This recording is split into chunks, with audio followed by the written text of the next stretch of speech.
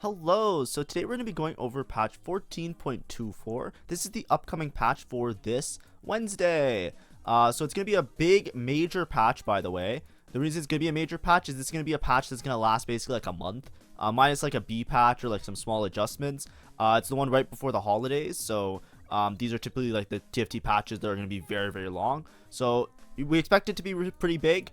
It's going to be a nice long video today. We're going to go through it. This is going to be my reaction to Mort Dog's video.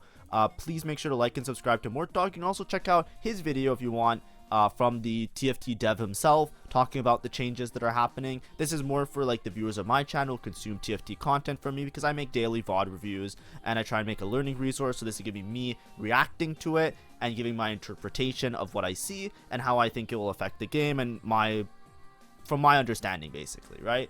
So make sure to like and subscribe to my channel as well if you like my content. We're doing really well. I really want to hit 1,000 subs before Christmas, just to end the year on a really good note. So if you do watch my content, if you watch like one or two of my videos or you got it recommended to you, please consider subscribing, because that's a really big goal of mine and it would be really nice if I hit that before Christmas. Anyways, now we're actually just going to go through these slides. I'll react to them and talk about the changes as we go through. Like I said, credit to Mortar for the slides. Always great guy. Always give credit to where credit's due. Anyways, so these are the big system changes. This one's actually pretty big. If you don't know, the way anomalies used to work is anomalies would be unique in that when you roll for an anomaly, if you see an anomaly, you cannot see the same anomaly again. It made it guaranteed if you had enough gold. So there's like, I think there was, I forget the exact number, there's like 57 anomalies in the game. So if you had exactly 57 gold, you're 100% guaranteed to see the exact anomaly that you wanted to see. That's why I made a video on it. That's why Violet, a lot of her power, when you always see Violet, it's like, how do they always have Violet 4? This Violet 4 is fucking annoying. The Violet 4 is because they would just roll for ultimate hero. You would roll for Violet because Violet's really cheap. You would then get ultimate hero guaranteed, because you'd have enough money to hit the Violet 3 as well as that, because it's a 1-cost reroll. There's also a high roll 2-cost reroll situations like Camille with invisibility cloak, Urgot in certain cases, and then if you had 4 costs in certain cases. They're removing that, right? They're making it now that you can see repeats. That means that now you have to kind of play anomalies in a very like, you know, you take what you can get type of way. I don't know how good this is. I think it's a good change. Like, don't get me wrong, but there's upsides and downsides to it. If you're in like a game-winning spot, it kind of allowed you to like draw into Exodia, which was really cool. Like, you can just you can force yourself to get like the exact thing that you needed to convert to a win. So there's that skill expressive part that was really cool, but then at the same time it becomes really degenerate. And I can see as the patch goes on and as the game goes on for this set, making sure that you can guarantee certain anomalies really makes like this degenerate gameplay where you just save a bunch of gold and you roll for the perfect anomaly or what you think is the perfect anomaly. Also, they're making a change to loot orbs. If they can now be partially open. So before, like, this was really a problem with reroll for me, especially if you have like a bench full of units and then you try and pick up an orb, but it's like a bunch of units, it says can't pick up this orb. Now if it has like a bunch of units inside, it will give them to you like one at a time, which is really cool. Prismatic orbs, they now removed this one, which is the 2x champ duplicator one. This one was very cheesy. I hated this. A lot of times, 2 times a champ duplicator, you're trying to get like a 3-star version of a 4-cost unit or something, just like giga win the lobby. The problem is that's very situational. A lot of times when you get the prismatic orb, if you don't have a spot to get it, get the 3-star, you don't get it. And then the 2 times duplicators is really lame, because like, what do you use them on? You could use it on like a 5-cost or something. But, you know, compared to other prismatic orbs, the other ones were just like way better in my opinion. So I'm glad they got rid of this one. Like 9 out of 10 times I get this and I'm like, great, I'm just worse off than most people that I'm playing with. And maybe that's not your opinion. Maybe you're like, nah, it's broken. That's fine. I think it's obviously like with drops and stuff, it's very opinionated. But for me, at least, it's like, I look at somebody else's board, they have a spatula. I look at another person's board, they have a goddamn, what's it called? Upgrade. Like a radiant item upgrade, and me, I have 2 duplicators, and it's like, well, I already have my 4-cost upgraded, what do I use these for? And it's like, you know, I just gotta hope that I hit a 3-star, and it's like, it's not that good. Instead, they're adding, you get a 6-cost champion. We're gonna talk about 6-cost in a second. They're adding 6-cost champions to the game. So that's like a big part of this video, just gonna be introducing 6 costs. So 6 costs, they appear only at the start of a certain round, right? It doesn't matter the level, it goes up each round. So it's not like if you level, only when you get to level 10, it doesn't actually increase for your odds of finding a 6 cost. These 6 cost champions, there's 3 of them, based on Arcane. So Arcane spoilers. If you don't know, this whole set's based off Arcane, so the whole set is kind of spoilers. But, you know, just one last chance to make sure that you don't watch it right now. Watch this video right now and get spoiled. But basically, they're very rare, and there'll be like an extra little shop odds. And then a 1-star 6 cost is supposed to be as strong as like a 2-star 4 cost. So it's supposed to be very, very strong. It's supposed to be like, you know, better than a 5 cost, obviously. A lot of times game winning. The 6 costs are these ones right here. So they have this nice little border, and they have like those shop odds that are shown. They're shown like right next to the regular shop odds. And it's usually like a stage 6 type of thing. It's like a very late game thing that you should hit. It's going to be hard to find them very early. But basically, Victor, he does this insane thing where he stuns the whole board. Victor, this one, I want you to have your eyes peeled. This one is giga broken. Even more so than the other ones. They're all broken. This one is like needs to get patched type of broken. I've been watching gameplay from the people playing. They've been playing the set in beta to practice. Like there's scrims for like the Macau tournament that's gonna happen on the end of at the end of the week. So I've been watching a lot of top level players play around it, and every time I see this Victor unit, it's like an instant win. It is so ridiculous. The way you can look at it is that Victor's trait is the equivalent of like 7 Rebel almost. It's nuts. It's like the stun is massive. 2-second stun on a unit as an active trait. I don't know. Warwick basically is just like he just like goes into like this blood frenzies, and he's like just gets a bunch of attack damage and starts killing everything. Kind of reminds me of like Briar last set. So, you know, he's just like a feast or famine type of like kill everything unit. And then you have Mel. So Mel basically just gives a bunch of shield. Or sorry, she gets a bunch of shield, and then she does like magic damage. She also does like AoE effect, right? Split around 5 nearest enemies. So it might be a little bit of a positioning thing with her, which is really, really cool. But basically, if you see any of these units, you should always try and find a way to play any of these units. I think the addition of 6 cost is cool, in that it gives you another opportunity to play like high level boards, so it kind of pushes that meta towards playing around high cost units instead of playing around rerolls. However, if somebody, I don't know, I don't see a point of adding 6 cost personally. So, you know, it's good, it's bad, it's like, you know, more high roll for the high roll simulators, but whatever, it's fine. Encounters. So now there's gonna be some new encounters. These ones I don't like. I think right now, besides Scuttle Puddle, I'm pretty okay with most of the encounters and their rates. I would really, really wish that Scuttle Puddle appeared less. I think a lot of people really enjoy Scuttle Puddle. I always hated Scuttle Puddle. I never stood on Scuttle Puddle. Even when you can stand on a portal, I never stood on Scuttle Puddle. And I stand by that. The only time I stood on Scuttle Puddle was when I was tilted or when I was 0 LP, right? I hate Scuttle Puddle. Now, you know, if you don't like me for that, fine. If you don't agree with me, that's also fine. It's all opinion. That's not my play style. But now they're adding these ones. These ones also don't feel like my playstyle. They feel very like RNG-ish. The one I hate the most is Jace. Now you have the one that you start with an artifact anvil. One of the things I was happiest about was the fact that you didn't have the one that you start with an artifact anvil. I was so excited. I was like, yay. There's not the start with artifact anvil anymore. Now they have this. It's like, great. That's the one thing that I didn't want to see. So, you know, I'm not too happy about this, but if you're a fan of, like, you know, the cash out at 40 HP, or if you're, like, fan of, like, Warwick's Hunter is basically, like, everybody gets Spoils of War, if you're happy with these things and you're kind of interested, or this one that just makes it easier to find 6 costs, by all means, have fun, right? That's the main thing. It's just, like, for me, at least, it's like, oh, great. And then these other ones don't really matter too much, but you can read them. The slides are here. Anyways. So I'm going to close some tabs just so I keep track of what I'm doing. These are the proportions of the encounters. They changed them if you saw them originally. The only thing that I don't like is how much Scuttle Puddle is, right? Scuttle Puddle makes up 10% of the games, right? It's still like high. It was even higher before, but like out of all the portals, it made up like majority of the games, right? I would like to see Scuttle Puddle around the same as like Loot Sub. Right, like to me, like you know what I mean. I want to see it as frequently as something like Loot Sub, but that's just a me thing. Of course, I think that it is very popular amongst most players, but other than that, a lot of the new ones have very high encounter rates, so be prepared, like the Mel, the Warwick, the Jace. Jace is a little bit lower, which is nice because I don't like that one. But some of the new ones have pretty high encounter rates. I'll try and move this out of the way so you can see, but yeah, just be prepared for those.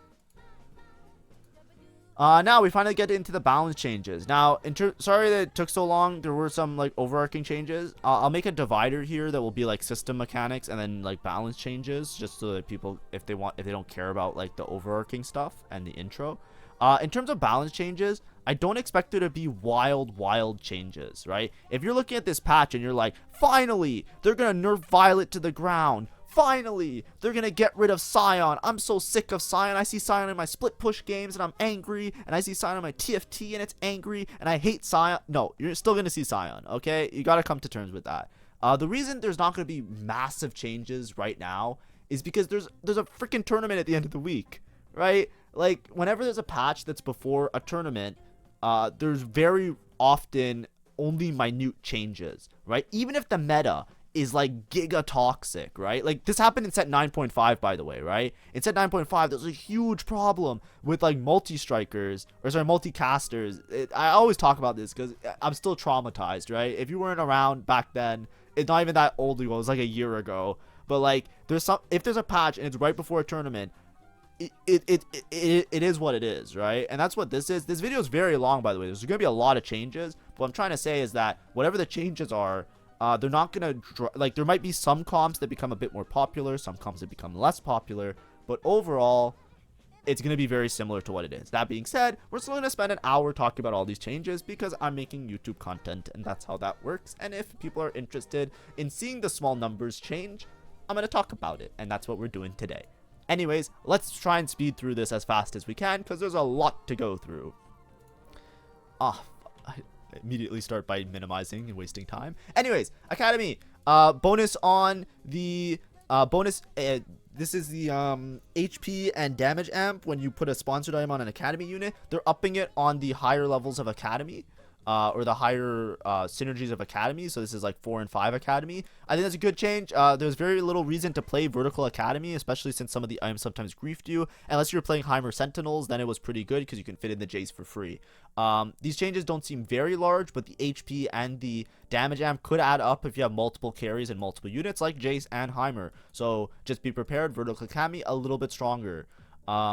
Ambusher, they are decreasing their critical strike damage on the higher levels of Ambusher. This is a good change because Ambusher has been very strong. This is Camille reroll and Speech reroll.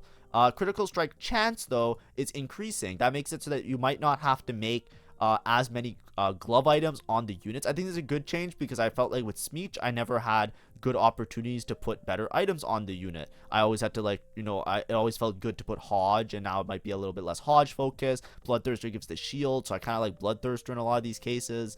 It might work out really nicely. Just gives a little bit more variety, but doesn't change that much. It will still be pretty strong because they already do an insane amount of damage as is. Artillerist, they're buffing all of it. 5% AD and then 10% AD on vertical artillerist. This vertical one, I think you need 2 spatulas for. I forget. Artillerist was really a fucked trait. I didn't like it too much to play it towards vertical, but there are a lot of artillerist emissary boards which are very interesting. Tristana reroll might benefit a lot from this. Urgot reroll might benefit a lot from this. Even I played once or twice. I've played Ezreal reroll. Ezreal reroll might be a thing. Who knows? But it is not that big of a change. As per usual, a lot of these changes aren't going to be that big. Automata, though, does seem like a pretty big change. So the armor and MR that you get on the higher levels of Automata, in every level of Automata, is getting increased. We're hoping to see some Kog'Maw nerfs with this because this is a huge change, right? It might make 4 Automata a lot better. Right now, when you play Kog'Maw, a lot of times you play it with Watchers. Kog'Maw is a 3-cost unit that is Automata trait. You play with Watchers a lot of the time, and you just have 2 Automata in, just for the synergy and to get this extra blast damage that Automata gives. Now that they're buffing the 4, it seems very good, and a 6 is insane, because this makes Automata +1, like when you need a spatula for this. It makes it maybe a viable strategy. Of course, you need to find a Malzahar as well, but this is a huge change. So expect to see vertical automata as an option in some of these comps, and it might also be a little bit of a tweak to the current comp, that instead of playing it like with Scar 6 Watcher, you probably play it with Amumu and Blitzcrank and Kog'Maw instead. So we'll see how it plays out. Conqueror, base AD and AP, they're increasing it just on the 2 version. I think Conqueror is okay. It's very feast or famine. Even in the current meta, I feel like whenever I haven't bought forward with Conqueror, but I only play it from a really good spot. So my opinion on it, I don't think I have enough of a diversified opinion on this trait in particular, because I always play it when I start the game off with like 4 Conqueror, and it's like, yeah, okay, I have a lot of cash outs, of course I'm gonna be okay in the late game. But it was very like top 4, not top 1 comp is how it felt. So this is fine. I think it just makes it a little bit more stable at low level, which I think is his biggest problem if you're not having like a Giga opener like I'm talking about. Sorcerer, vertical sorcerer buffs, 10 AP on both the 6 and the 8 trait. I think 8 trait you need a spatula as well. Vertical sorcerer is usually pretty middling. I find that I usually love these like gives a bunch of AP and play around AP trait. Every single set, this is usually my go-to comp that I normally try and play around. This set, it has fucking sucked. I don't know if this is gonna be really strong, but there is Swain, Nami reroll, which is apparent right now, by the way. It is something that exists. There's also Lux / Zyra reroll. This helps both those lines, because both these lines max cap around playing multiple sorcerers late game. So having the buff to sorcerers means that these units might have a little bit more longevity, especially if you level them up. If we see some changes to Lux, Zyra, and Swain Nami, also expect those to be towards a meta. More towards the meta. Now, these were comps that were very situational, but were playable before, so be prepared. A lot of comps that appear, they don't just appear out of thin air. They are things that people have figured out well before the set even releases in PBE, and people have tried them out, and the only reason you don't see them is because so many of the top players have already played them enough times to know that they're good or bad. But you always keep them in the back of your head so that when these changes happen, you're like, oh wow, I know about this, and I just have to play that comp that I thought was bad, but now it will probably be good. All right, Black Rose. Black Rose is like the main big trait, so we expect to see changes to Black Rose, namely mostly nerfs. So Black Rose is like the main flex trait that people are playing AP around. You basically see it like 3 or 4 times in every single lobby. Still expect to see Black Rose though. It's gonna get nerfed, but it's not gonna be nerfed to a point where it's unplayable. Like I said, this is preparation of like tournament that's gonna be coming up at the end of the week. So like a lot of the changes in this patch, they're not gonna drastically change to such a point where like something that was playable becomes unplayable. It's mostly going to be like, if you still have a spot for it, it will be playable. Maybe some other comps that if you have a spot for it will also become playable. That's kind of like the idea. But anyways, 4-piece HP scaling dropped. That's fine. It's just like you get less HP scaling, right? 5-piece Scion now heals for HP instead of setting HP to max. The reason this is important is because anti-heal now works on Scion. Anti-heal works on Scion because, like, it didn't work on Scion before because it would just set his HP to max. So if you had 5 Black Rose, you can just put Scion in the front line. Whatever damage he takes, he'll just instantly get set to max, and then he'll pop out of his chains. Now, if you have anti-heal, he won't heal to max. He'll heal to whatever that is with the anti-heal scaling attached to it, which is a big change. So make sure you build your anti-heal. Morello, Red Buff, and Sunfire Cape. They all work on him now. 5-piece HP scaling, so for the stages, has also been nerfed, so that's really massive. They're trying to make the Scion a little bit less tanky, so he doesn't turn into like this demon frontline unit. It's still going to be strong, by the way, but just be prepared that your Scion won't be like as giga tanky as he used to be. And then 7 Black Rose kind of sucked. I'm going to be real. For how strong Black Rose was, 7 Black Rose, that shit wasn't it. There's so many times that Black Rose, you just lose anyways, right? Like, Giga Scion, my bum, he just dies. I know it's still broken, mind you, like, if you have all the upgrades and everything. But especially with these nerfs, you need a little bit of a buff here, because, yeah, like, out of all, like, the 2 emblem traits, it was one of the weaker ones. Of course, it is only a 7 trait, so it's supposed to be weaker than, like, a 10 trait, but you get what I'm trying to say. Like, you can't all nerf it, and then 7 Black Rose feels even worse.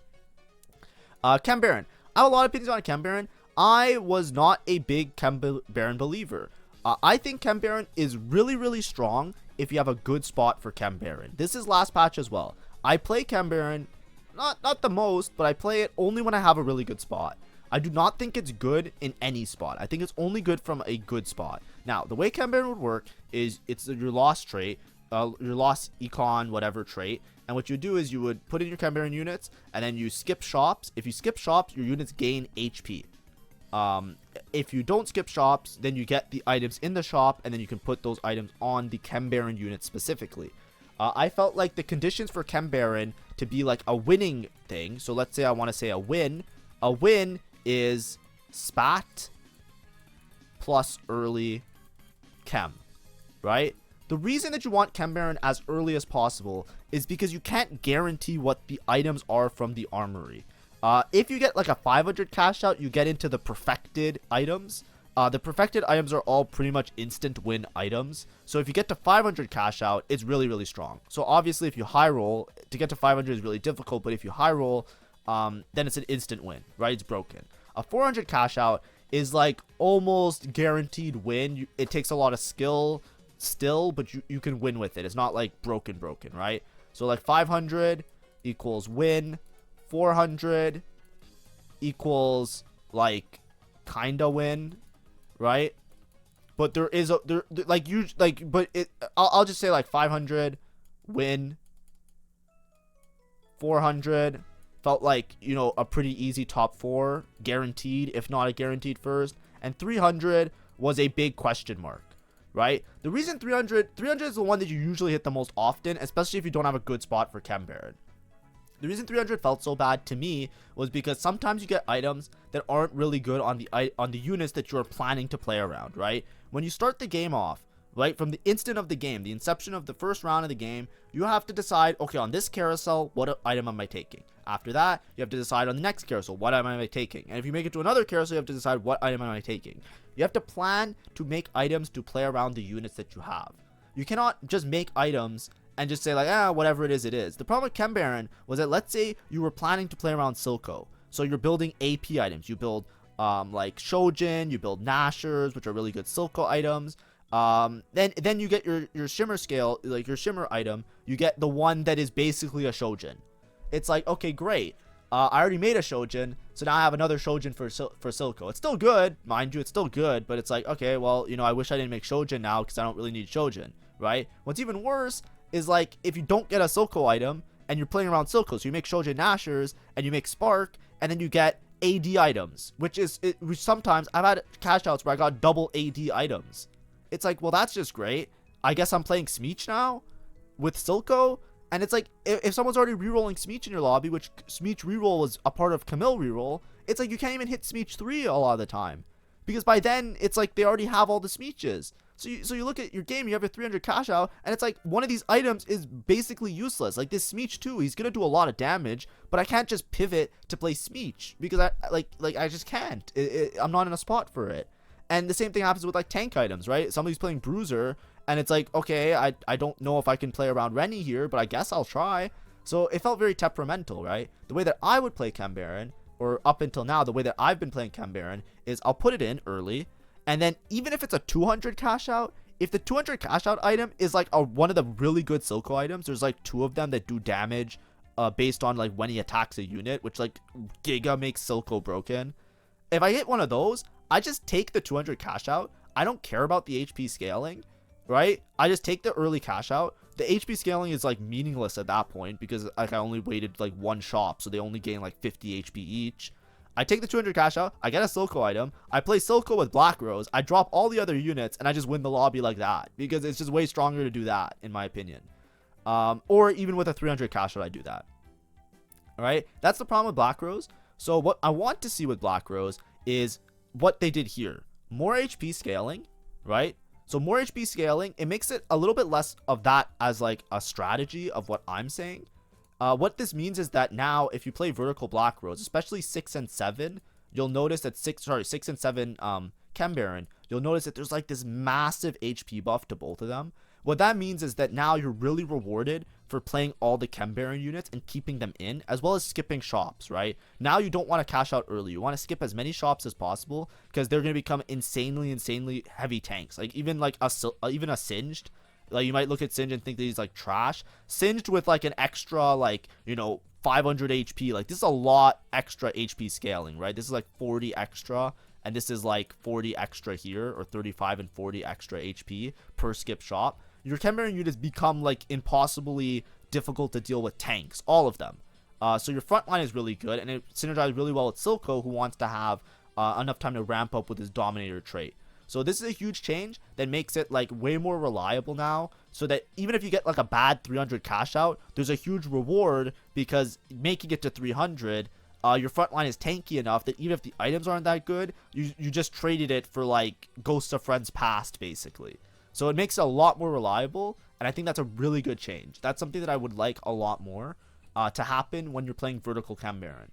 So this is cool, and this is nice. Especially if you have a spatula, it gives you a really, really, really good incentive to play it. Also, Shimmer, I like these increase of 5. It not only makes it a little bit better, but you know how many times I was off by like 5 to a cash out? There was one game where I was at 195. And I was like, bro, like, I guess I just don't get the 200. Like, I can't even see the shop, right? And the reason is because the first 3 rounds, that you have to lose 3 rounds, then you start getting more Shimmer. You get 15. So a lot of times you have a number that's like a 5, and then all the other ones are like no 5s here. So then you're just always like off by 5. Like, no matter what, you're always off by 5. So like, I like that they changed these to be ending with a 5, because now at least you won't run into a situation. I know it's not that meaningful, but one time I was literally 195 out of 200. Do the math on how I got there. I don't give a fuck. Like, figure it out yourselves. But I got to this, and I was like, bro, like, what the, like, come on. Like, I was like, this is ridiculous. But yeah, just be ready for that. So that's really cool. Perfected Shimmer had this bug where it just gave infinite AP. It was really apparent on Mordekaiser, because it, like, when he does the circle with the multi-hit, it kind of went nuts.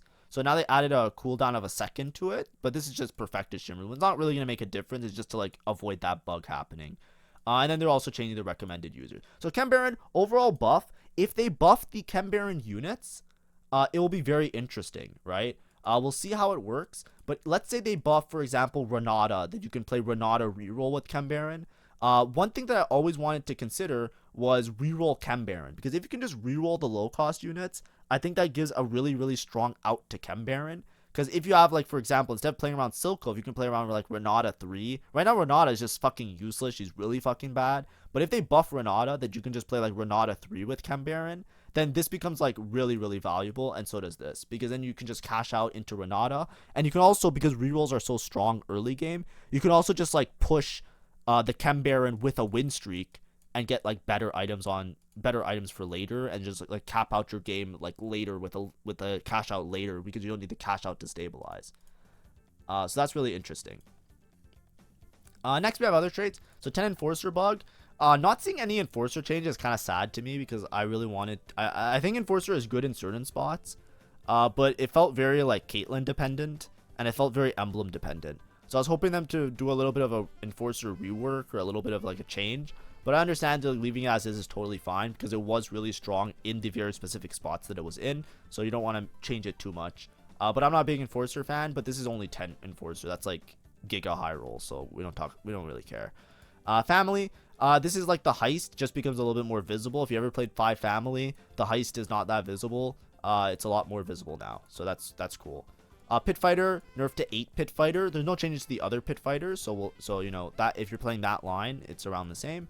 Rebel, they're increasing the activation percent for Rebel from 20 to 25, and they're increasing the 10-piece re-trigger time. 10-piece was really, really broken. I never got to try it out. I'm going to make a video of how I fucked up one time and I didn't make it to 10 Rebel when I could have easily made it to 10 Rebel. It still haunts me to this day.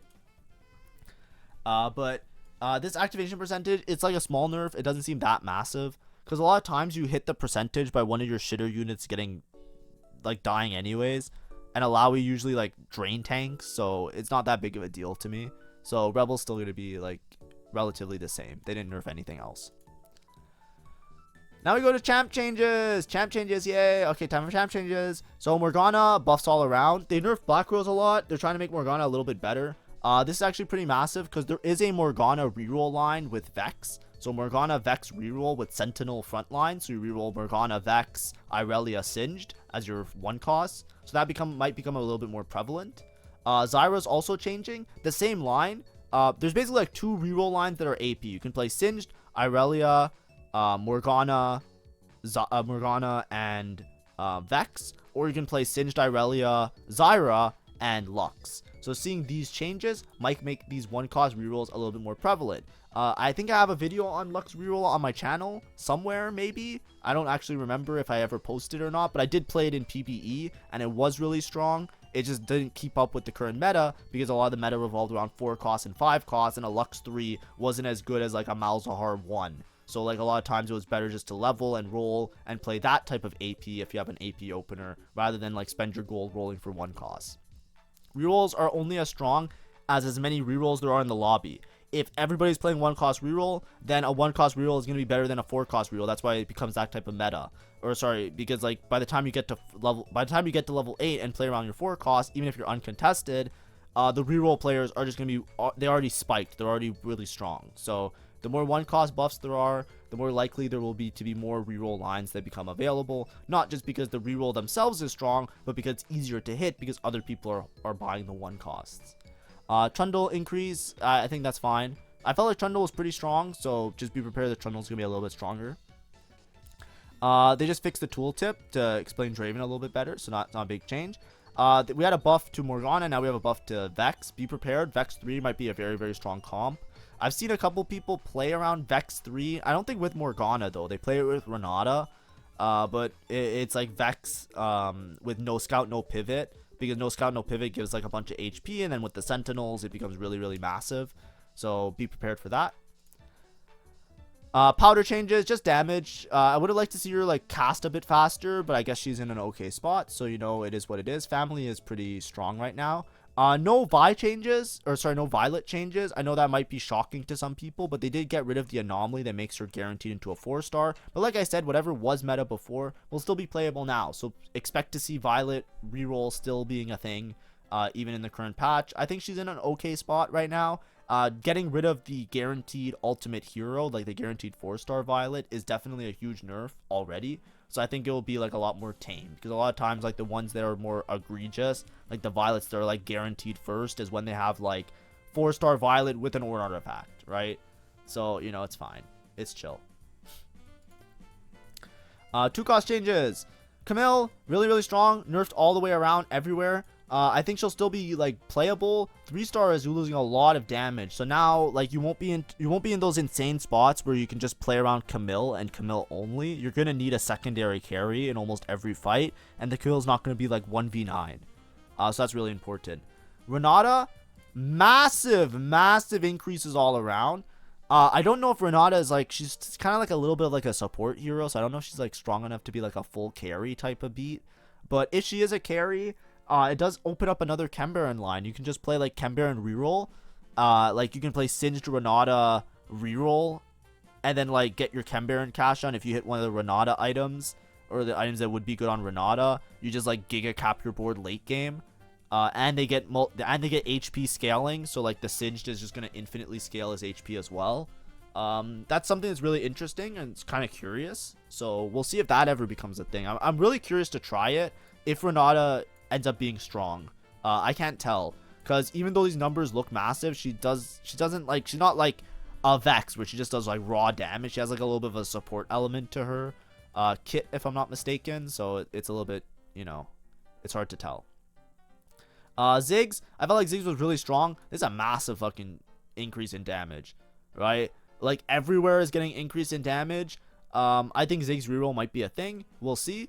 If they buff other Dominator units, then there's a good chance that you can probably reroll towards Dominators. I think Dominators have a good potential in reroll comp because they scale over time. So if you make like a really tanky Dominator unit, then eventually you just win the fight based on the trait, right? Because they infinitely scale their HP during a fight.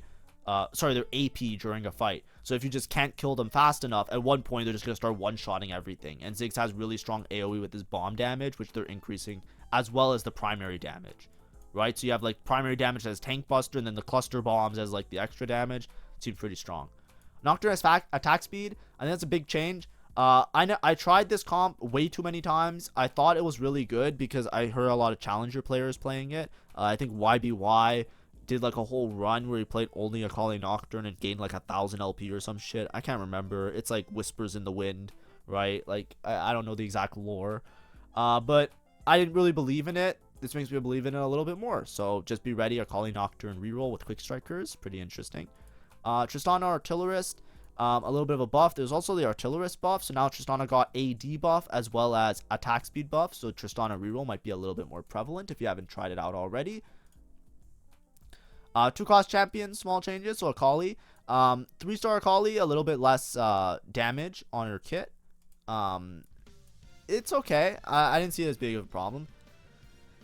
They reworded that now his ability damage can't crit without spell crit. That's pretty good. Just for, like, you know, I already figured that out, but that's fine. Zeri. This is pretty big. It's pretty big because I already believe in Zeri reroll. When I see things like this, guys, I'm like, this is why I suck at content creation. If you enjoy me as a content creator, thank you. But this is why I suck. Because I could have read this yesterday. And I just released a video talking about how Zeri is strong. Like, I released a video yesterday saying Zeri was broken, right? Like, and she's good to play around, and I like it. I could have done this video first, and then I could have done that video, and then if I did the timing of it after, then all the people that watch, like, you know what I mean? That, like, I did it before it's relevant. Right? Like, I'm gonna have to make another Zeri video now if Zeri is broken on the patch, because that video is gonna not be in the YouTube algorithm anymore. Like, I wasted my chance again. Like, I should have saved that VOD, and I could have made the VOD come out on Tuesday, because I have like 20 VODs, right? I can just pick another VOD. Like, I have 20 VODs I can do. Like, I have enough VODs for the rest of the month, right? But I could have done the Zeri VOD on Tuesday, which is tomorrow, and then the patch would have been on Wednesday, and then if Zeri is like broken on Wednesday, then everybody's gonna Google Zeri, and then my video would have popped up. Instead, now my video's old, and everybody's gonna be like, oh, this is from like fucking 3 days ago. I'm gonna watch the one that came out today, and I'm gonna be like, oh, man, like, god damn it. Anyways, Blitzcrank buff, Dominator buff. Blitzcrank I felt like sometimes was really strong. Blitzcrank Cassiopeia reroll is something that's like kind of like on the hinge of being okay to play around. With the Ziggs buffs as well, it might be a Blitzcrank Ziggs Cassio reroll. You just reroll all the Dominator units. We'll see how it plays out. It might be really strong. Loris, just buffs all around. Twisted Fate I felt like already did a bunch of damage. Quick Strikers in general are getting huge changes. Akali's the only one that got nerfed, so Quick Striker reroll might be a lot more consistent. I felt like it was a very sometimes food. It might be like a sometimes more food now. They removed the cleansing on Gangplank. That's fine. They increased his damage though in melee form. I think that's also fine.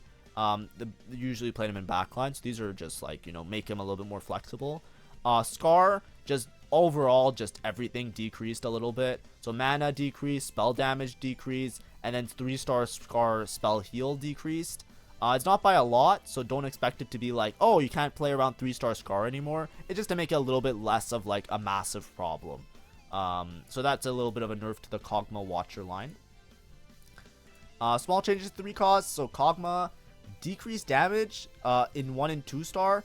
I think that plays to exactly what I was talking about last in my video of yesterday.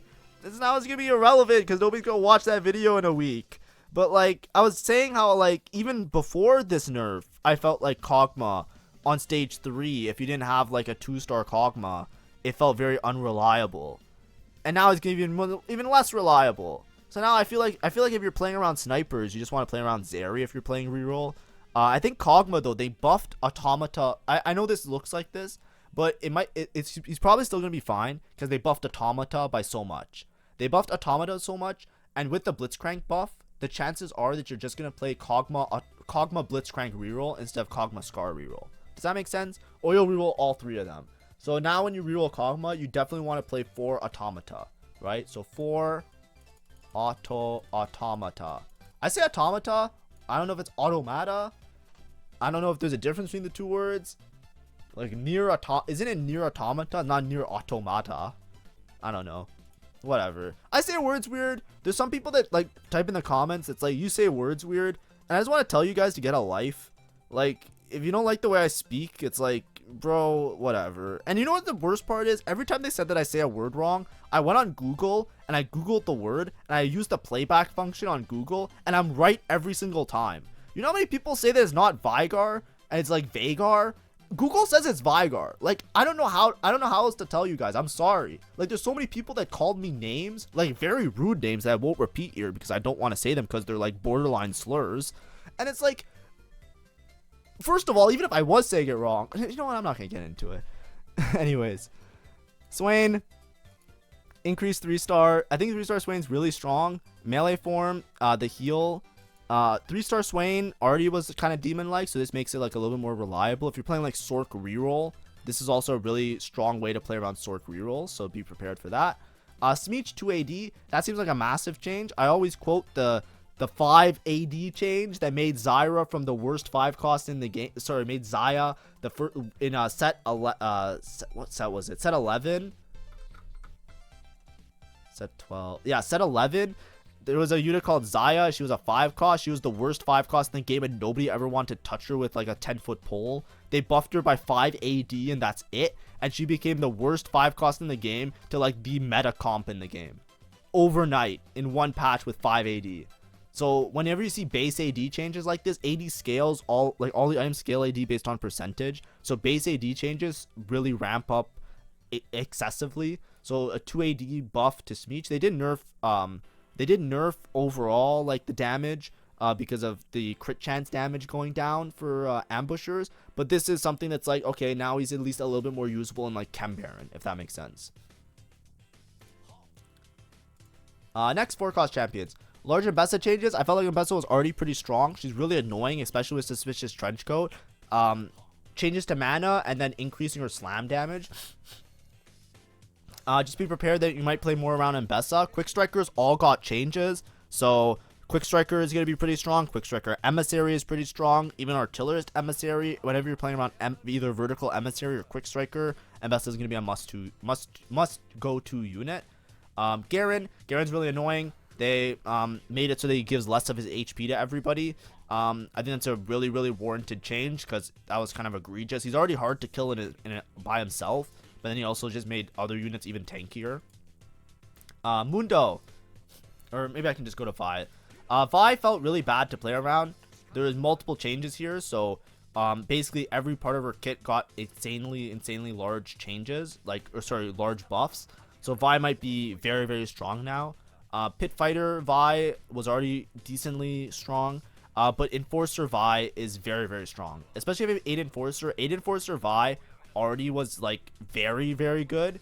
Now it might be a little bit better. It also makes it so that there's a lot of those like those augments where it's like gain a free Vi, and gain a Vi and a Jinx, gain a Vi and an Echo. And it kind of felt bad because Vi wasn't that good a lot of times, but you kind of just took it because you wanted the other unit, right? Like a lot of times, like gain a Vi and a Jinx. It's like, well, I really want Jinx right now, so I'll just take this one, I guess. So now those ones are going to be really scary because I think Vi is actually going to be like somewhat good. Mundo, this is a large-winded explanation. It's not meant to be like a buff or a nerf. I think it's an overall buff. Basically, his abilities scale less on HP, and they scale more on AP now, right? So they made it so that he's less HP focused and more AP focused. So Dominator Mundo, buff, right? Big buffs. Bruiser Mundo, nerfed, right? A lot of times people put a Bruiser emblem on Mundo. I did it as well many times. That's overall nerf, because he's not going to scale as much off the HP. He's going to scale way more on AP. So now you might want to make AP tank items on him, stuff like that. And it's quite a big change, by the way. Instead of it being 500, at 1 star it's 650. That's like an insane change. Mind you, this is dropping by a lot, so it's hard to tell exactly where it ends up, but we'll see. Heimer, just overall nerfs. He's very prevalent in the meta. I don't even think Heimer's that good, if I'm being real with you guys. I think a lot of it's based on Malzahar, so I feel like this is a stray bullet. I feel like if you didn't have Malzahar in a lot of those comps, the Heimer isn't even that great. And especially with Black Rose becoming less tanky, he has less opportunity to scale. I don't know. If the meta quickens up that like Archangels isn't that good to play around anymore, then I don't even think Heimer was good without like the Giga setups, right? So we'll see. We'll see. It might be like more like a Sentinel Heimer instead of a Black Rose Heimer, because Black Rose Sentinels didn't get nerfed at all so far. Corki, 2 AD. Be careful. He might be strong. Who knows? They also buffed Artillerist. 5 cost champs. 2 AD to Caitlyn, so be careful. Caitlyn hits units, so make sure, like, hits units that are next to each other or some shit, so like make sure to spread out your back line because she's coming. Malzahar, overall nerfs to mana, nerfs to some of the dot damage. This is really big. The dot damage was the most egregious. There were so many fights where it looks like you're winning, and then all of a sudden all your units die to the dot damage, and then you're like, how did I lose that? It's like my dude was full HP, and it's like, nope, just dot damage. So that's good. Melee Jace buff. I felt like Melee Jace was pretty weak. Backline Jace not getting nerfed is kind of crazy to me, but you know what? Backline Jace still going to be strong. Rumble, nerfs to Flamethrower. Flamethrower is a little bit annoying sometimes. And then the self-destruct resist was a lot. This is a really big nerf to self-destruct resist. That was like almost a must-take in a lot of situations, so just be prepared for that. Could be a lot lower. 3-star Jinx and like the Jackpot Savika got buffs, but these are just like super rare situations, so don't worry about it. Item changes now. We're coming to the close of this video very soon, so let's go through item changes. Bramble Vest, increasing the HP. This is pretty good. It didn't give that much HP, so a lot of times Bramble wasn't as good as Declaw, but the meta was also mostly AP, so a lot of times you wouldn't even bother making Bramble. But now at least when you have 2 chain vests, like, you know, if you have a bunch of chain vests, a lot of times it felt really bad because Bramble wasn't that good of an item because most units were AP, and then you didn't really have anything to do with the chain vests, and you couldn't put them on a backline unit. So like after you make like anti-heal and you have like an extra chain vest, it's like, what do I do with this shit? Now being able to kill them with Bramble, at least it gives a little bit more HP, so I like that. Hand of Justice, base Omnivamp changing. After the rework to Hand of Justice, it just gave like a lot of Omnivamp, so this is pretty good. Pretty good change. Ludens Tempest, increasing. It's pretty shitty artifact, so I'm down. Silver Dawn, decreasing the armor and MR is pretty good. It just gives way too much tankiness for the amount of attack damage that it gives, so that's totally fine. Suspicious Trenchcoat. This has been like broken on certain units, but yeah, it needs to get nerfed. It's been broken since launch, like every single time. Like splitting into 3 copies of a unit and de-aggroing, and then being able to wrap more easily. So yeah, decrease the HP and decrease the attack speed. Yeah, good changes, of course. Augments now. New silver augment. Sell your board and bench. Gain 4 random 2-star 1-cost champions. Disable your shop for the next 3 rounds. This seems broken. I don't know about you, but 4 random 2-star 1-cost. I feel like you're fine, and then you disable your shop. I don't know, cause like, how much gold is that? That's like 12 gold. Like, in the worst case scenario, you just sell and you open for 3 rounds. You're making 20 on turn 1. Right? Because you can make 10 pretty easily on turn 1. You're making 20 on turn 1. I'd have to see what the other gold, how it works. Because if that strategy is good, then it's good. Because 4 2-star 1 costs is very strong already. If you can actually make a board out of them, it feels very strong. In the worst case scenario, you can't make a board out of them. If it gives you more gold or equivalent gold to some of the other ones that you take when you want to sack, then it's good. That's the way I look at it. Blade Dance, this is the Aurelia hero augment. That's getting buffed, sure. I'm gonna be honest with you guys. On my channel, I always make like guides to like hero augments and stuff like that. Hero augments are so non-existent this set, especially without stats. I never really want to ever play a hero augment. I don't know if they're bugged. I'm gonna be real with you. Nobody knows if they're bugged. And every single set that I have played of TFT, maybe set 9, I didn't know too much about it because I was just starting out. But every single set that I've played, there have been multiple bugs on hero augments throughout the set. There are patches where they don't even get changed, and from one patch to the next patch, it randomly becomes bugged. I don't know what it is. You can say, hey, you know, trust the devs, whatever. Try it out yourself. No, I don't care. I'm just not fucking touching them, right? Until I see somebody playing the hero augment repeatedly in my lobby. Like, you know, for example, the singed one. We'll talk about it after. The singed one looks broken. I would gladly play the singed hero augment. Why? Because I've seen it like 5 times in my lobby, and that motherfucker is killing my whole board. This Irelia augment, I have not seen it a single time. I'm not going to be the one to try it out. Okay, I'm telling you guys now, I'm sorry. Maybe maybe later in the set when I have more time on my hands and I have like, you know, like, you know, but I'm not just gonna grief a game for no reason is what I'm trying to say. Crafting rerolls going from 3 to 2. That's a really good change. It just gave a lot of value. Dumbify now gains 250 HP per stage. All right. I haven't ever tried Dumbify, but I think it's good in certain spots. I need to try it out one time though. But Dumbify is basically like your whole board turns into a dummy. I think that this one's the one that I'm most happy to take, is the silver version of it, because especially if it gains HP, it just seems like a lot of value. The other one's like Golemify, sorry. Health is wealth. Gold grant is now 10 to 8 and no longer counts healing done to non-champions. I felt like this one was pretty good, but we'll see. I felt like it was pretty good, but it didn't feel broken, so like nerfing it, I don't know. I hope this works. This is the powder hero augment. Removed, it did not work. Now I don't know if the augment was bugged or just like theory wise, it like reading it conceptually didn't make any sense. It's like powder does more damage, which also hits your allies. A lot of times powder just killed the whole board and your allies, and then their backline lived, and then you just died anyways because she takes too long to cast twice. Mad Chemist, this is the singed hero augment. It's getting nerfed. It was very strong. I saw it a lot in my lobbies, and like I said, that motherfucker was killing everybody. Pumping up. Lowering the attack speed. Pumping up has been really popular. Attack speed can easily translate into mana on AP units, so it's very good for both types of backlines. If you have an AD backline, it helps to ramp up a Gwinsu, and if you have an AP backline, it helps them to cast, so it's very good.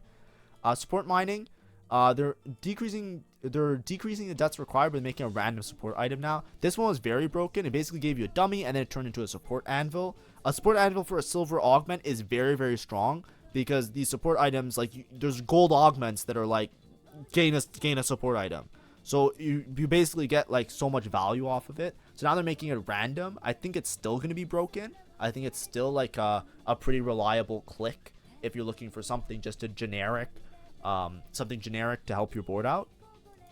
So yeah, that's good changes. Table scraps, either 4 next carousels gain 1 unit that was not taken and its item. Why is this new? Didn't this exist? Am I crazy? I took this once, didn't I? Oh, what? It was in PBE and then they removed it? Yeah. Okay. This existed.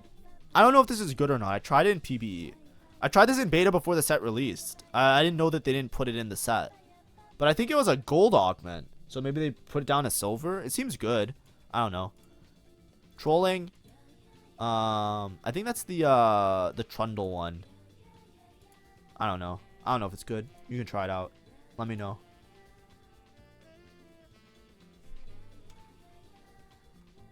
I'm lost. Okay, that's the silver augments. These are the gold augments.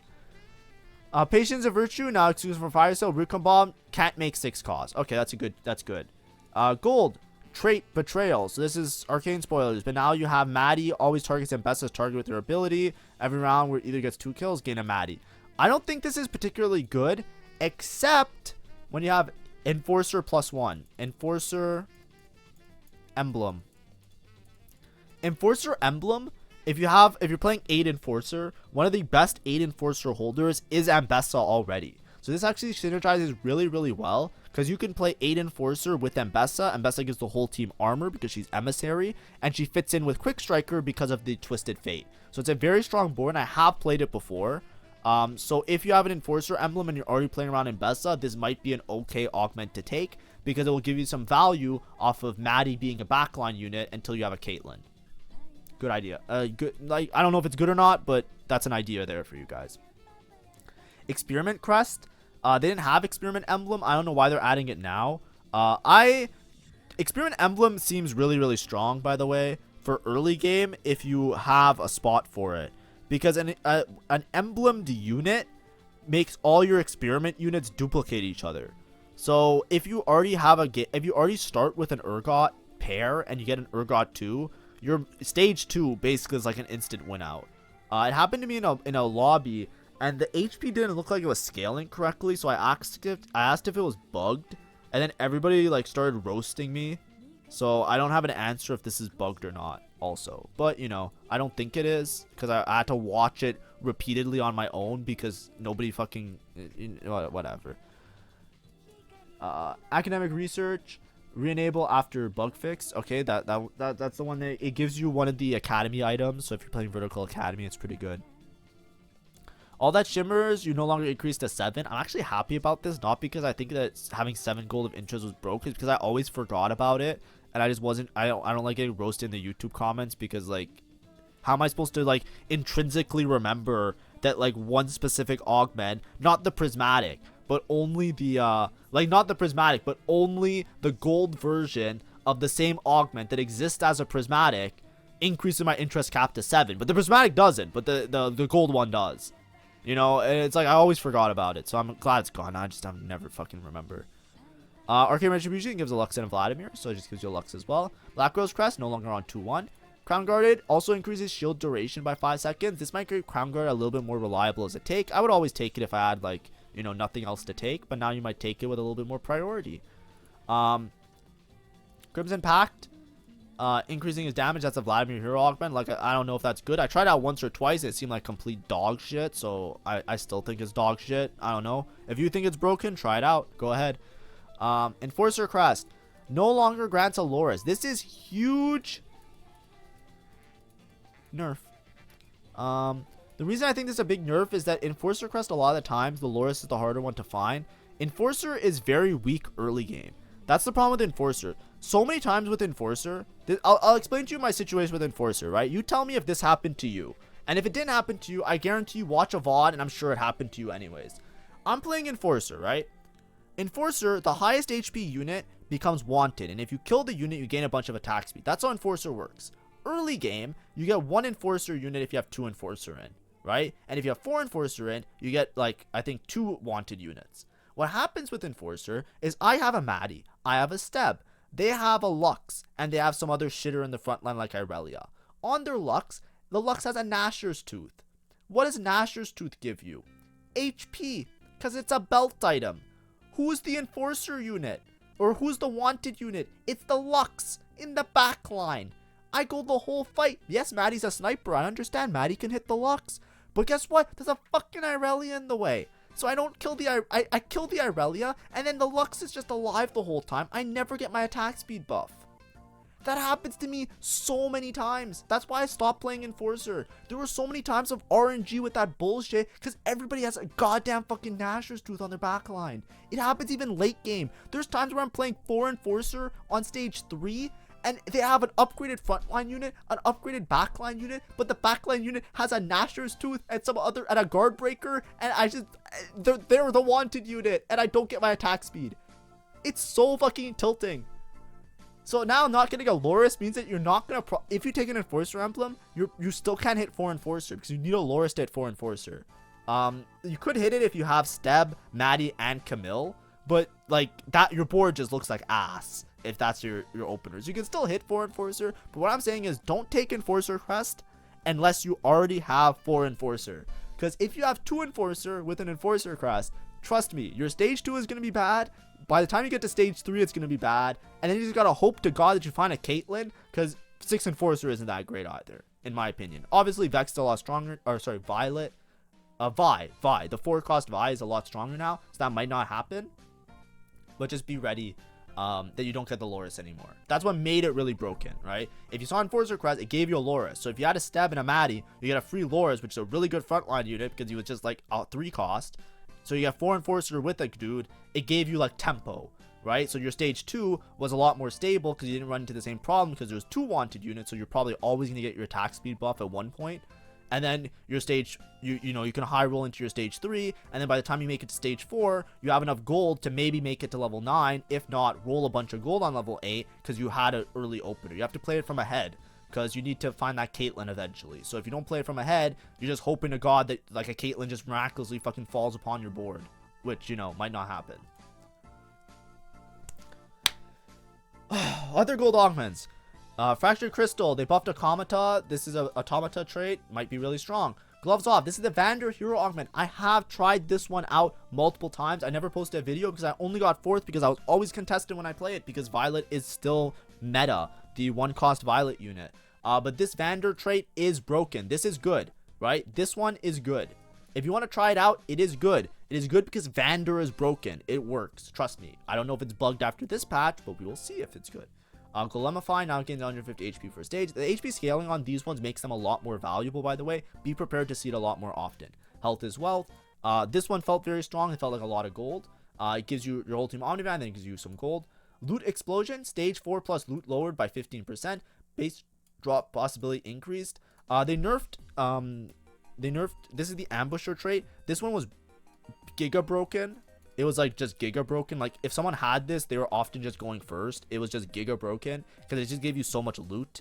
We'll see how this plans out because they did nerf a lot of the Ambusher. They nerfed Camille as well. So we'll see how it plays out. Lone Hero, that's fine. Mirrored Monetization, I don't even know what this is, so sure, it got nerfed a bunch.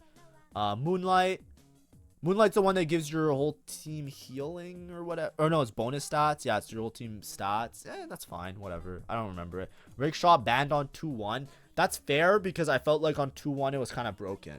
But I never got it on 2-1, so I didn't even know it was available. Scavenger, number of items is 5. That's interesting. Shop glitch, time between rolls 2.5 seconds. It's a huge change because before you only got 10 rolls. Now you get like an extra, like what? It's you get an extra like 2 rolls. You get like 12 to 13 rolls. So that's nice. This is the one that at the end of every stage your shop automatically rolls. This one I think is really good if you're ahead. If you're ahead and you're able to make it to like level 8 on or make it to like certain levels on the actual neutral rounds, it works out to be really, really effective. Starry Night now displays the odds. I think Starry Night, I have a lot of opinions on it, by the way. So with Starry Night, that's the one where like randomly your 1 and 2 costs can be upgraded in your shop. People usually try and take it with reroll. I don't think this is good for reroll. This is really good for tempo. So let's say you're playing like Vertical Sentinels, for example. Like let's say you're playing Heimer Sentinels. What happens is you get increased odds the higher your level. So if you're playing a comp that uses 1 cost, you're not playing like 1 cost reroll. Like, this isn't good if you're playing a Violet reroll, for example. It feels very bait because the shop upgrades is so unlikely when you're low level, like level 4, level 5, that you don't get a lot of value off of it and it just seems like a waste of time. But however, if you were playing another comp, for example, let's say like Heimer Sentinels, for example, when you level up, you can just randomly hit a Leona 3 because the shop odds are so much better when you're higher level. Now they'll actually display those shop odds so we can actually see if it's worthwhile, like based on this. But that's how it felt when I played it. Like I played it one time with Violet reroll, it felt like shit. I played it one time with Heimer Sentinels, and I had a random Leona 3 that was tanking as much as my Alawi because I was able to put all of the Academy frontline items on her. Like it worked out really, really well. Like that's the type of situation I think would be better. And then other comps that use 1 cost. Like this would probably be really good with Sorks. Right, if you're playing Vertical Sorks, you don't have to reroll Lux and Zyra, but you can just level, and then when you play around like, you know, Vertical Sork units, like the high cost Sork units, then you can just upgrade the other ones after. Pumping up, like I said, it's just been generally good. Tower defense, less attack speed, that's good. It felt pretty strong. Just having a dummy that does extra work is pretty good. 2-trick, re-enable after bug fix. I don't remember what the bug was, but sure. War for the Undercity now is exclusive to only 1 player. Are there other augments like this? Why don't they make the hero augments like this? If they can make it exclusive to 1 player, why the fuck do they make it so that 2 people can get the same hero augment in previous sets? I didn't even know that was a thing they can do. Since when can you make something exclusive to 1 player? Where has this been? I found a new angle to bitch from. I'm joking. It's fine. I think it's a good change though. It's nice to have, like, when you have a lost trait, not to be contested on those. Welcome to the playground. No longer trigger on non-combat rounds. This is big. This was like huge that it triggered on non-combat rounds as well. That's like the neutral rounds, the ones that you're not playing against players. And it can't appear if you have gloves off and vice versa. So, you know, be careful with that. Don't expect to get bailed out. New prismatic augments. So they made these new ones. These 4 new ones. Change of fate. This one's the one where it's like you gain a mel after winning after starting a round with 60 gold and winning a player combat, you gain a mel. I feel like these ones are all very, very strong, by the way. These ones that give you the copies of the 6 cost units. I think that they're situationally strong because you're basically down a prismatic and you still have to win a fight.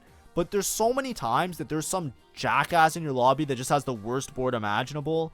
So like the chances are if you fight one person and win, you'll be fine. So I think that these are very, very strong because of how strong the 6 costs are. Especially the Victor one. I think if I see the Victor one, I'm taking it every day of the week. Right? The Victor seems broken. He just provides too much to the board. And then they also added Experiment Crown. So because now they're like for some reason they didn't have Experiment as a thing. Anger issues, they're increasing the resist. That's pretty good. Anger issue, the biggest problem was that you can't make like anti-heal and shred. So like there's very few comps that can make use of it. I still don't know if there's a comp that makes use of it this patch or this set, but we'll see. At what cost? They're making the XP gained less. I don't even know what this change is. I don't remember, but okay, cool. Calculated enhancement. Buffs the last 2 rows. This is pretty good. It gives you a little bit more flexibility, which I like. Black Rose Crown, it's got re-enabled. I don't know why it was non-enabled, but okay. Enforcer Crown, it's dropping Loris to Maddie. This is another thing that I was saying, like getting dropped to Loris was just really, really good. So like not getting dropped to Loris is just feels really bad. So whatever. Exalted Adventure no longer grants rerolls. Grants a lesser duplicate on select and the start of every stage.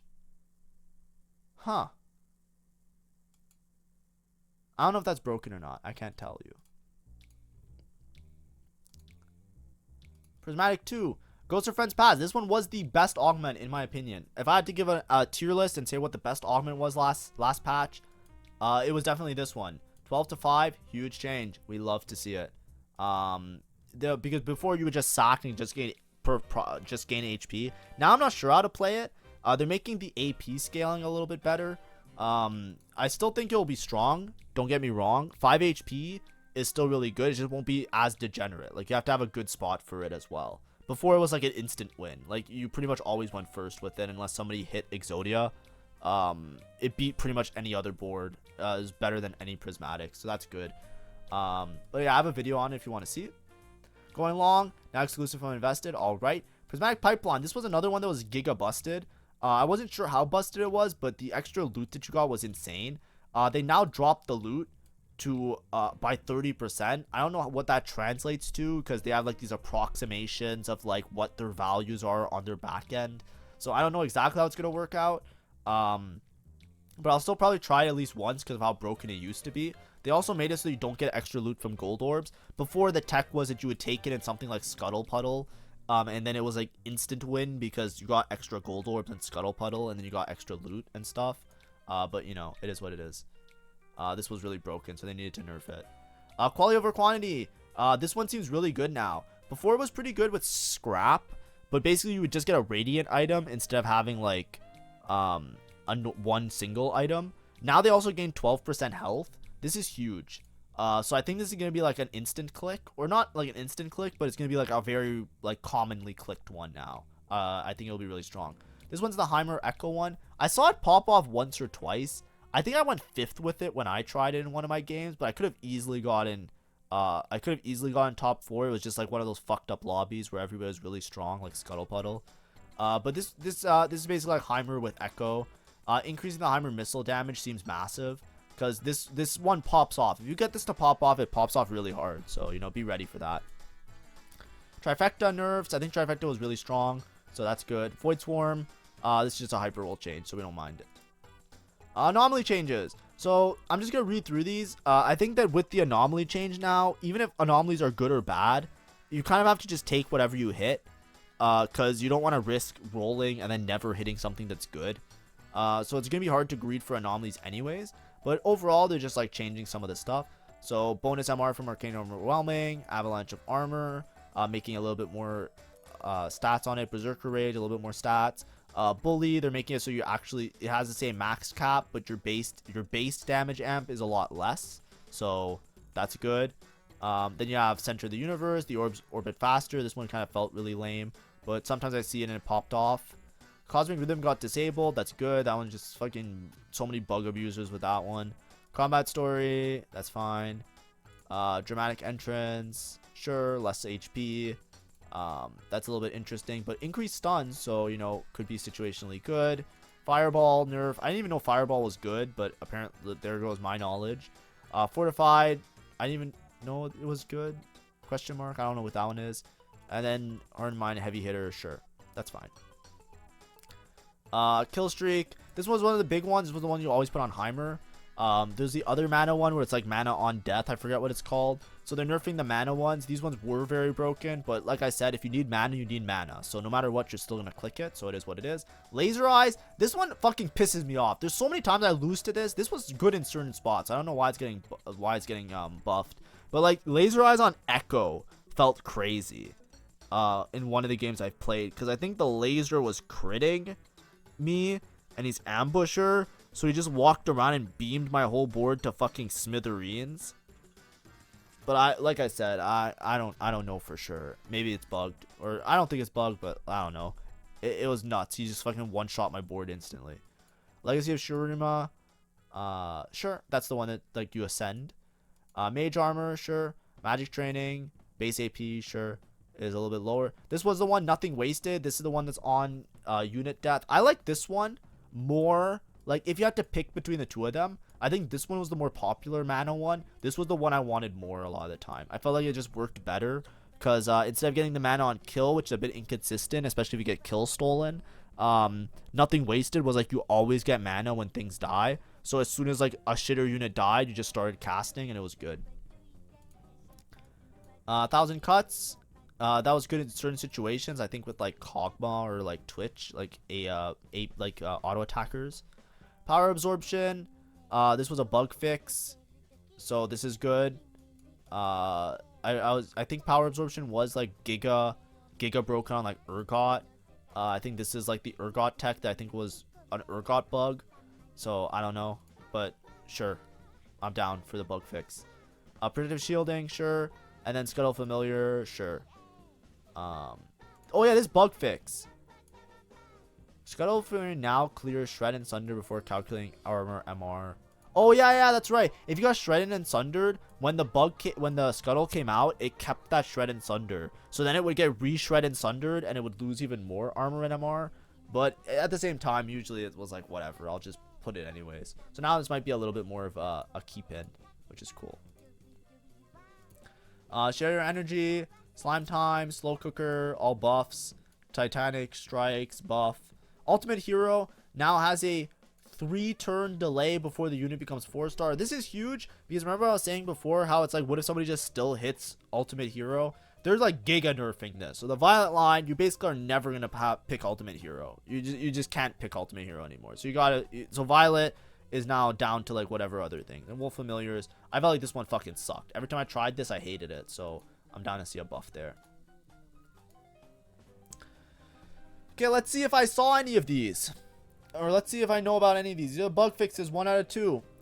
Typo fixes. That's fine. I don't really care about typos. Perfected Flesh Ripper's revive effect is no longer nullified by executes. I didn't know this was a bug, but maybe that occurred to me. Flesh Ripper now correctly procs on away boards. Sure. Sign no longer leaves behind his chain roses when updated quickly. Visual bug. Okay, I know about this one, but that's just a visual bug. Jace will now only revive his Hectic Forge if combat is still happening. Oh my god! This happened to me! Actually, I don't think this matters though. But it did happen to me. Clones now summoned from the experiment. Emblem will no longer... I'm so tilted. All those fucking people calling me stupid. I'm so... Ugh!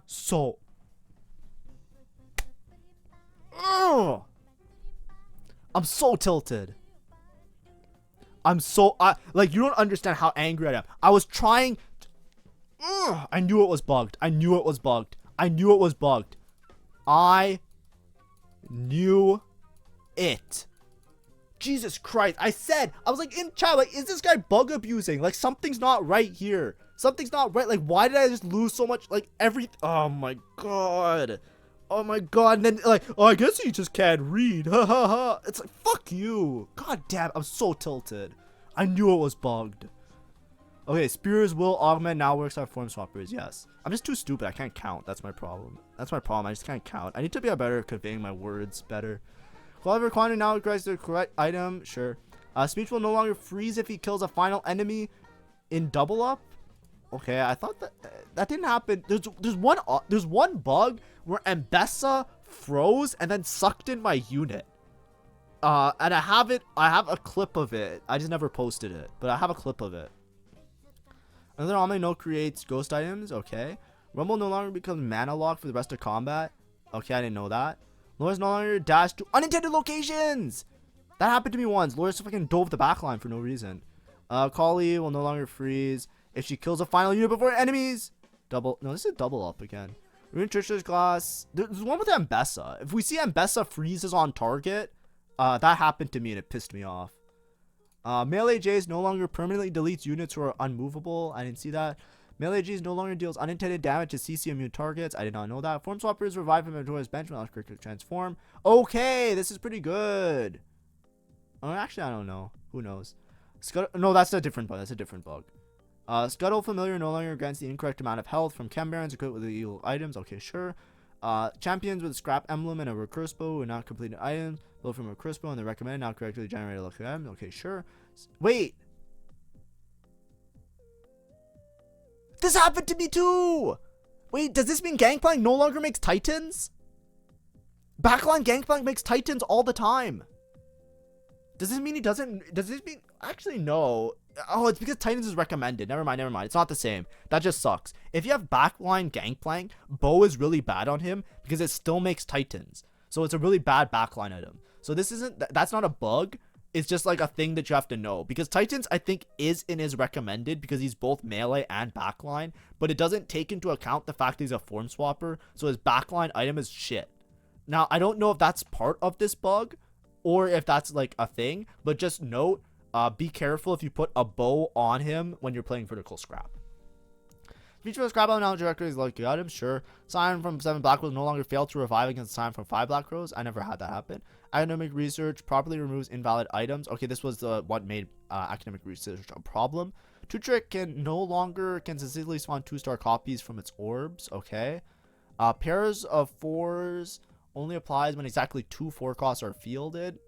I think it always worked for me, but I never tried it with more, so I don't know. Quality over quantity, whatever. Quality over quantity shows the correct inventory. Okay.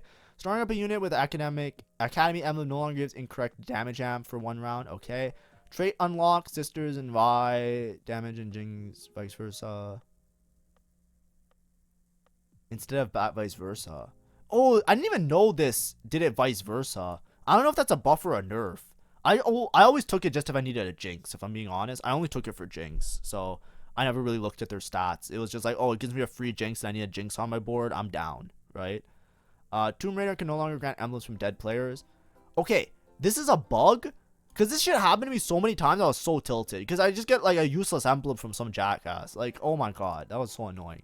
Garen dance animation not correctly loops. House Bells can no longer occasionally trigger twice. I didn't know that happened. Quick Upon is no longer offered on wandering trainers. Good. This is a good change. Holy fuck, that's so Exodia. It was so annoying.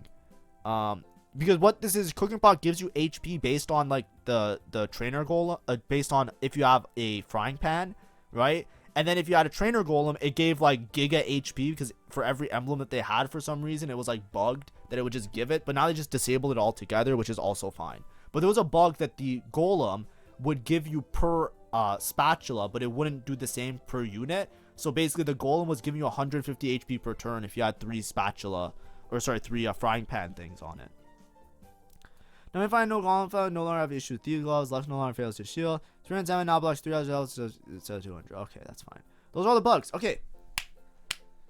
Oh, we're done. Chat and YouTube audience, we're done. Holy shit. This has been a long video. I'm sorry. If you watched the whole video, I want you to type in the comments, I watched the whole video. Okay?